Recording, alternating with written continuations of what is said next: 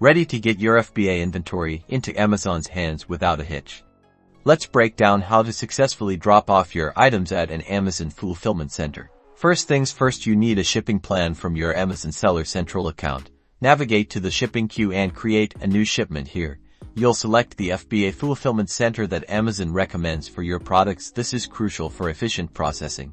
Once your shipping plan is created, Amazon will provide you with options for an appointment. It's essential to schedule this appointment. Do not just show up, find a date and time that works for you, and confirm it. This prevents delays and ensures your items are expected. Now, let's talk labels. Every box destined for the fulfillment center needs a proper Amazon FBA shipment label. This label contains vital information for Amazon to track and receive your inventory. Make sure these labels are printed clearly and securely attached to the outside of each box. No barcodes should be obstructed. If you're sending multiple boxes, consider consolidating them onto a pallet. This can streamline the drop-off process considerably when palletizing.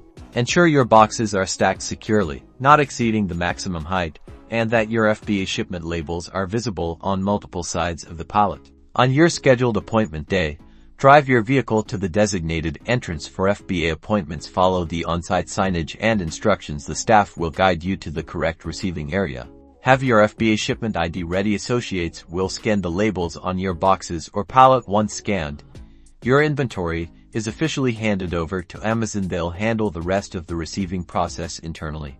And that's it. Your FBA items are now on their way to being available for sale on Amazon. Properly following these steps ensures a smooth and efficient drop-off, getting your products to customers faster.